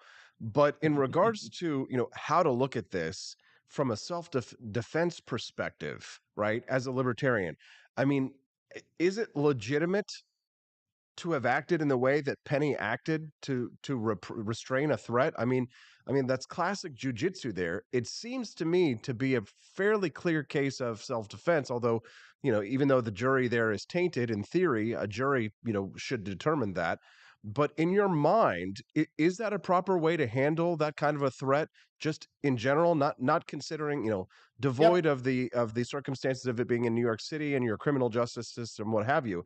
But do you think that, in that scenario, that is the correct way to try and restrain someone from doing violence, especially with someone who had a criminal record in such a way? As a general rule, I'm for self-defense, of course, right? Of course.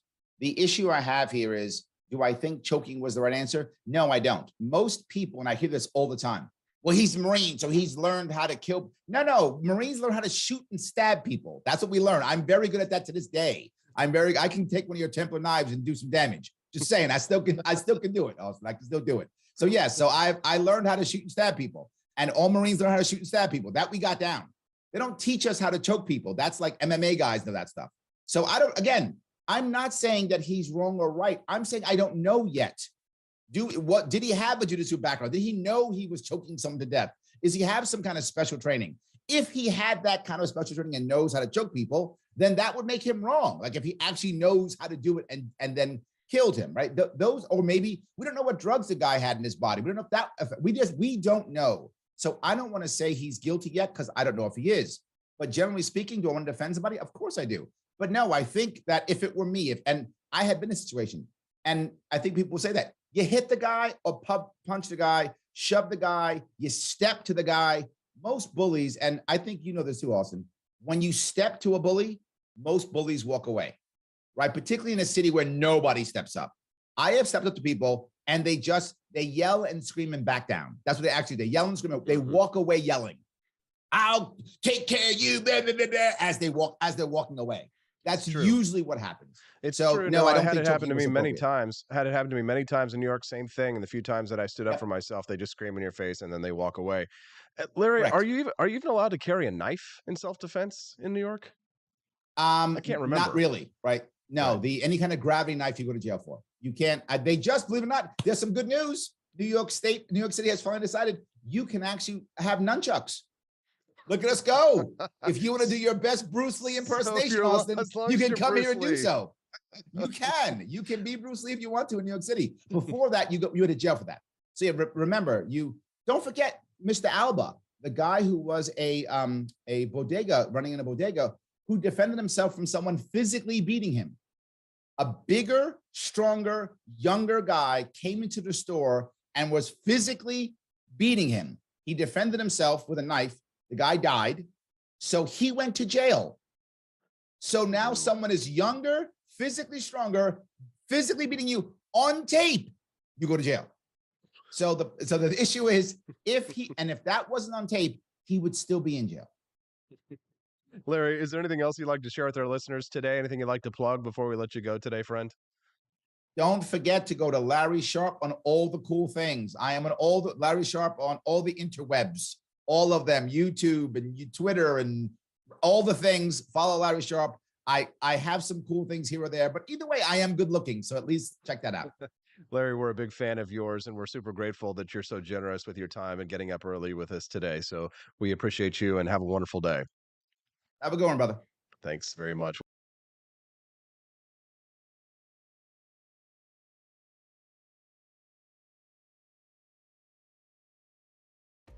Want an engaging website to boost your business? You're just a click away from 5-star Fiverr talent. Hundreds of freelancer skills like web design. Head to Fiverr.com today and get something started. American conservatism is distinct, like America is distinct from the United Kingdom. American conservatism's roots comes out of the Wild West, out of pioneerism. The difference between American conservatives and European conservatives is that Americans are cowboys. We are that God, guns, gold, and girls. It's wild here, and we should stay that way. We shouldn't allow a European version of conservatism to come and infect us here. We like it wide open spaces here, deep in the heart of Texas and all that.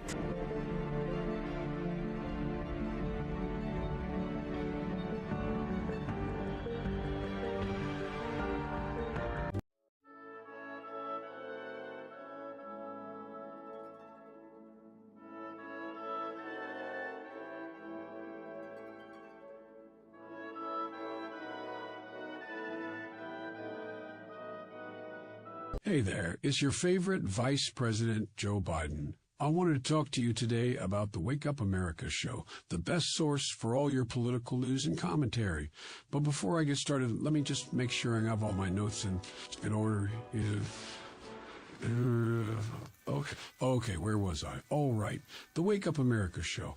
It's a great way to stay informed and make your voice heard.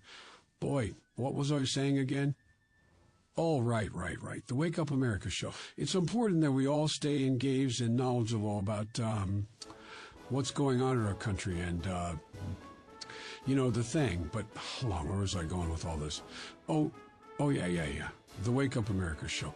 It's a fantastic resource. And if you really want to make a difference, man, you can sign up to be a monthly donor at wakeupAmericaShow.com/support. Now, where was I? Oh, that's right, the Wake Up America Show. So if you want to stay woke and support a great cause, head on over to wakeupAmericaShow.com/support and sign up to be a monthly donor today. And if you're feeling generous, you can even give a donation in my name. Thanks for listening, and keep on keeping on, America. Come on, man.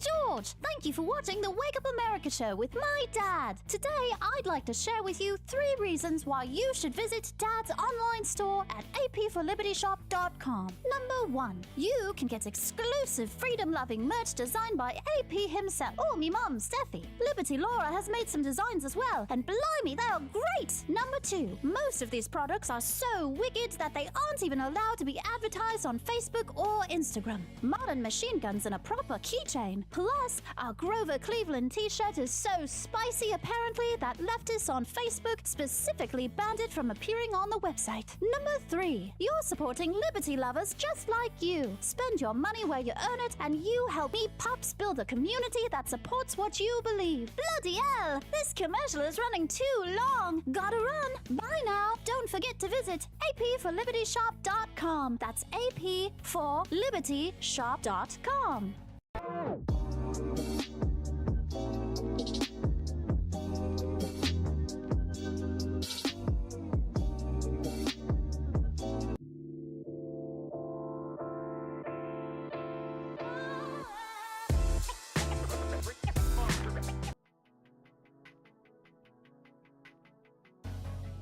Good morning, Rise and Freedom. I'm Austin Peterson. You're watching and listening to the Wake Up America show at wakeupAmericashow.com. Hope you've been enjoying the show today. Welcome back, Chris Morrill. Nice to see you. That was a very quick doctor's appointment. Hope you got some good answers there. Chris says, hopefully all the high-octane Trump fluffing went on while I was out. No, we had a nice little conversation with Judge Napolitano. You know he's not a big Trump lover. And then we talked to Larry Sharp for a little while. Glad to have you here. If you're watching us on Rumble or on YouTube or on Facebook, I'm talking to you right now. Click that like button and subscribe to the channel. Help us spread the message of economic freedom and personal liberty. We'll be super grateful to you for that. All right, let's hit the news. So it turns out that an anti-capitalist cafe called The Anarchist that let customers pay whatever they wanted couldn't turn a profit.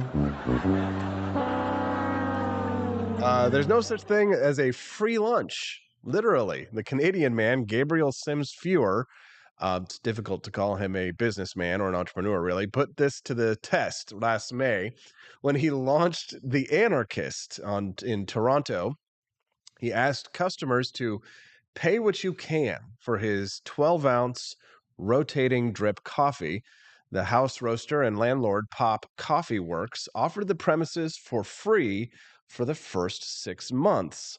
But utopian ideals only get you so far, or, well, really about 12 months of operating capital. And the anti-capitalist cafe will be shutting its doors at the end of this month. What can you say about it? So a self-described white cisgender queer, Sims Fewer, had aspired to grow the cafe into a worker co-op hiring those that didn't grow up with his particular intersection of privileges. What? Read this again. A self-described white cisgender queer. Okay, so he's white. He identifies as the gender that he was born with, but he's queer. Okay. Sims Fewer, that's his last name, had aspired to grow the cafe into a worker co-op. Well, those things exist, right? And those make money. Hiring those that didn't grow up with his particular intersection of privileges. So, yeah, he tried to hire people who weren't white, he claims, or have born cisgender. What? So what? Trans, non-white. So really, only ethnic trans people.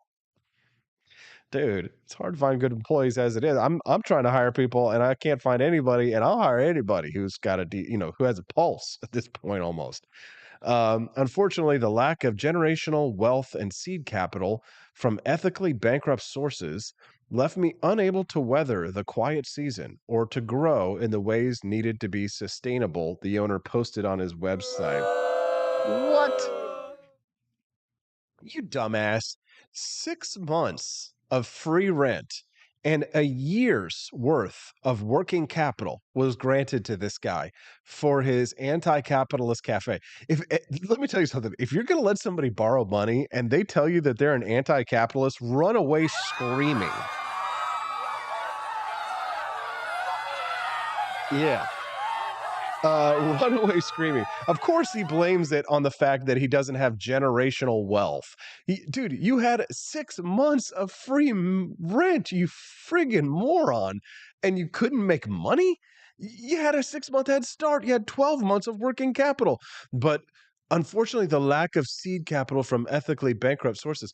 Dude, are you calling the people who gave you the money to do this ethically bankrupt? This reminds me, for those of you who don't know the backstory of Karl Marx was just like this guy. He was a lazy twat, and he had a benefactor who he got money from, who he would beg money from and stuff like that. And there's this story about his benefactor who was paying Karl Marx, that he wrote a letter to Karl Marx and was talking about how his wife was ill and all that kind of stuff.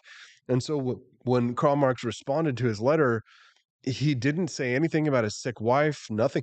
Kind of all just wrote back, demanding more money.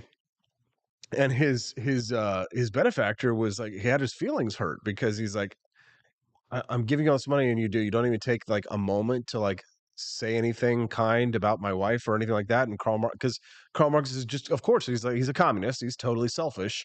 So anyways, but he continued to fund Karl Marx anyway, because he was an idiot. Capitalists have been bankrolling communists for far too long. That's actually one of my primary beefs with capitalism. Probably the number one problem with capitalism is that it funds the lifestyle of people like this. Sims Fewer argued that he wanted to bring a consensus-based democratic system to his small shop where all employees would be endowed with complete equality when making decisions. Oh my God, you gotta be kidding me. He says, all I had to pay for at the start was anything that I wanted to sell and internet and utilities.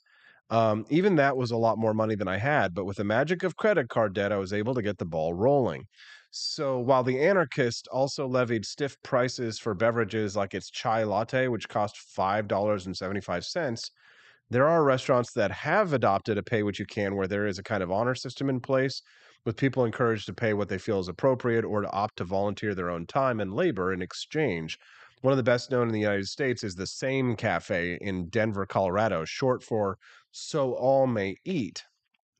But an attempt by the fast casual eatery Panera to create a chain called Panera Cares, it failed, with the last of such restaurants closing in February of 2019. Cafes have traditionally been like a big, counterculture scene for left-leaning intelligentsia. And it's not just true in capitalist America, but across the entire world. But the anarchists kind of took this to a whole nother level. The customers who came in, who were enticed by this pay what you can concept, have been promptly discouraged by books sold at the cafe, such as Off With Their Heads, an anti-fascist coloring book for adults of all ages. So the Instagram account for the business, the account advocated class warfare or perpetrating indiscriminate bigotry against whites as a form of reverse racism. Several instances revealed merchandise sold with the acronym "All Cops Are Bastards," with one post depicting explicit violence against them. I highly recommend instead that you visit the AP for Liberty shop store and get yourself a capitalist "Call the Cops, I Don't Give a a hoot" thing. It's everyone else's fault. Spoiled brat. Exactly. Thank you, Tully. We appreciate you for that injunction. Bank loans via accredited debt. Exactly. Corey C says, yeah, those are very, very capitalist of him to go and get bank loans and debt.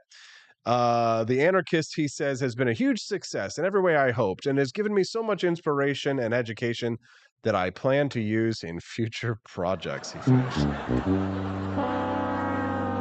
It might be hard to find another investor, though, who's willing to support another one of his commercial endeavors, but I guess that may not be the point. Dumb. Oh, dumb. Oh, my God. Drink Martini over on Rumble. He wants to talk about AI. He says, just like COVID was the excuse to set mail-in ballots loose to control elections, the AI threat will be their excuse to control the internet. AI will be blamed for all information that opposes them, true or not, and they will use AI without challenge to damage their enemies. Meanwhile, we continue to sit like lobsters in a pot while the temperature rises. Great comment. Dink Martini. I thought it was Drink Martini. It's actually Dink Martini. Why is the outro music playing? We're not leaving yet. Show's not over, right? I got to go. Something else I got to talk to you guys about really briefly. Our friends over at Lear Capital bring this show to you 5 days a week. They are a major sponsor of the Wake Up America show, and I'm grateful to them. Are you grateful to them? I know you must be. Why don't you visit LearAustin.com, sign up for their free gold and silver information packet like a good capitalist, and find out more about how to protect your wealth with gold and silver. Now is the time. Gold is up 5% this year, and it's going to continue to rise. If you're asking yourself, how can I protect the cash that I have in my pocket? Where can I put it that's in a safe place? But you're asking yourself, what does the word fungible means? It means easily transferable. If I do need to sell my gold, can I do it quickly? Yes, you can. Lear Capital will buy your gold back from you if you need to sell it. But I recommend buy and hold. Visit LearAustin.com. That's LearAustin.com today. That's right there. Or best way to do it, let them know how much you appreciate their sponsorship of the Wake Up America show. Because here's the thing. As you know, some sponsors have come and gone, right? You know that we've had other sponsors and they've come and they've gone, right? But Lear Capital has stuck with us. Here's the thing. I'm not the biggest podcaster in the world. It's a big deal for them to sponsor a show like mine. And it's not thousands of people watching, at a time, right? Because I'm a micro podcaster, right? I'm a niche podcaster. So it takes some investment on their part, right? They're being capitalists too, but they're actually, instead of supporting the anti-capitalist cafe, these are capitalists supporting a capitalist like myself. If you believe in freedom and capitalism and you want to support other capitalists as well, we need to build each other up. Call them today. Say, hey, thanks for supporting Austin Peterson and his pro-capitalism, freedom-based morning show. Give him a call today. 1-800-885-2175. That's 1-800-885-2175. And I will be super grateful, because remember, when you make that phone call today and you get that free gold and silver information packet, you may think, oh, well, I'm doing only a small part. You're making a huge impact in my life. You're making a huge impact in my wife's life. You're making a huge impact on our family just by that one simple single phone call, just getting more information. And then it could potentially have a huge impact on your life and your family, right? By putting aside your wealth in a safe storage place, gold and silver through Lear Capital. Visit LearAustin.com. Have you already done it yet? Let me know. I'd love to hear from you about your experience with them. If you haven't yet, today's the day. Write it down, 1-800-885-2175, or visit LearAustin.com. All right. Well, I got to run. Sarah Palacios says she had to rewind the stream to make sure I saw the judge and Larry, but I wanted to hop in real quick to say thank you, Austin. Great job. Incredible perspectives today to chew on. I am grateful for that. I'm grateful for you. Listen, the Wake Up America show is brought to you in part by people like Sarah Palacios. You see that little ninja kick happening right next to Sarah? That means that she is a monthly supporter. Thank you, Sarah. Doug H., same thing, monthly supporter. Tolly Owens, she's also a monthly supporter, as well as Chris Morrill. Corey C. as well, and he also got himself a God Gun Gold and Girls shirt. I'm going to make the God Guns Gold and Guys shirt later for the ladies so that they can get one, because Libby promised she was going to get one. So here's the thing. Before you go, smash that like button. And I thought this was kind of cool. So whiskey glasses. I know that we're not supposed to be drinking whiskey if you're Chris Morrill, but I made a bunch of awesome whiskey glasses over at apforlibertyshop.com. Just go check them out. Go over to apforlibertyshop.com, type in whiskey. I made 4 beautiful whiskey glasses this morning while the show was going on. You didn't even know. That's how productive I am. And guess what? I used AI to do it. Yeah, check them out. I've got a Donald Trump pop art glass, Tax This Dick George Washington whiskey glass, a Call the Cops I Don't Give a You Know What whiskey glass, and a Pepe the Crusader Knight whiskey glass. What other ideas for whiskey glasses should I have? Do you have any ideas? What should I put on the whiskey glass? Send a message. Let me know. Woohoo! Ninja Kick. Oh, Rare Camellia wants one as well. All right, I'll get you the God Guns Gold and Guys ones later. Have a great day, guys. Cheeky Mare, nice to see you. Rare Camellia, Andy Opperman, Tolly Owens, Al Johnson, Doug H., Sarah Palacios, Chris Morrill. I might repeat some names here. Studio 314, Corey C. Nice to see you all here today. Stream Elements Bot. Quest Fanning is here today.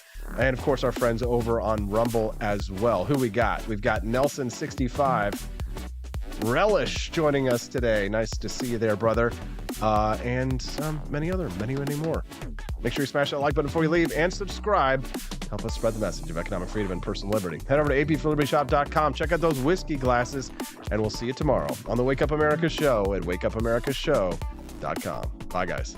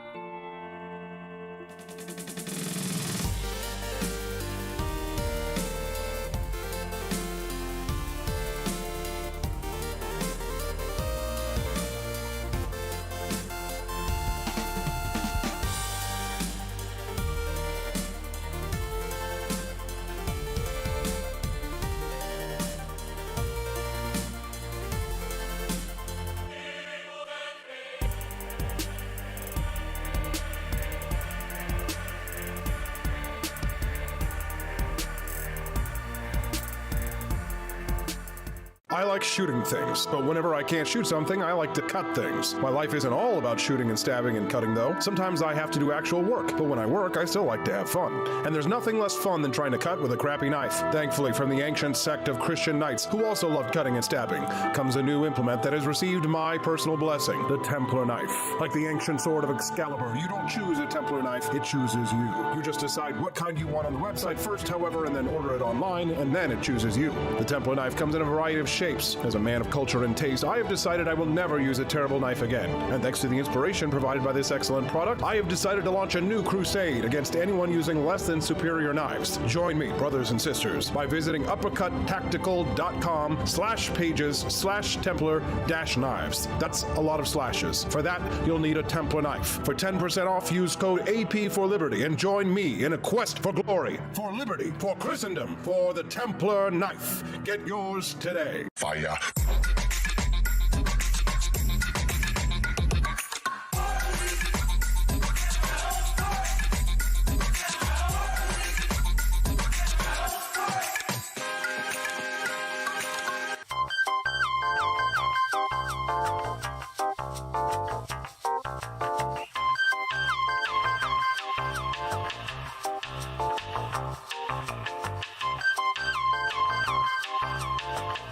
Hello, this is Barack Obama, and let me tell you why Austin Petersen stinks, and you should never pay attention to anything that he has to say.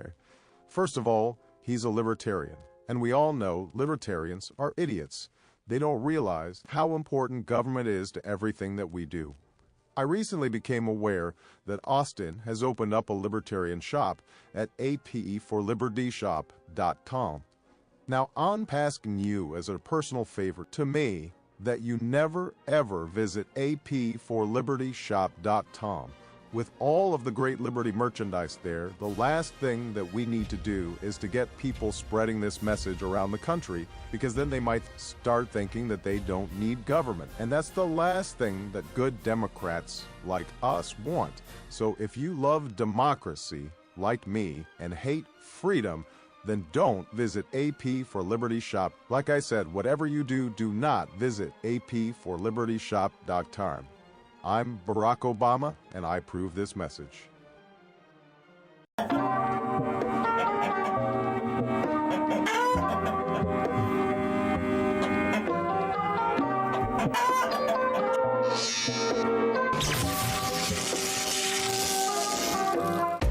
Want an engaging website to boost your business?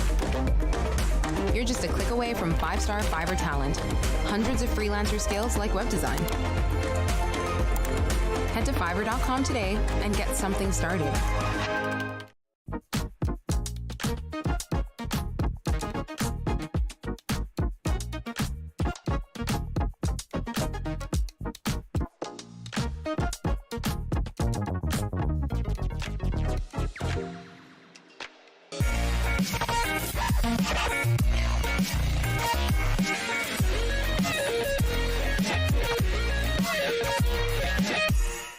When I was in foster care, I never knew when I would have to move, so I always had my suitcase ready to go.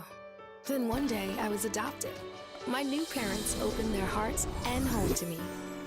My parents cook my favorite breakfast for me every morning. My parents take me on trips I never thought I would go on. They gave me a home and an even better reason to use that suitcase. My parents aren't perfect, but they're perfect for me.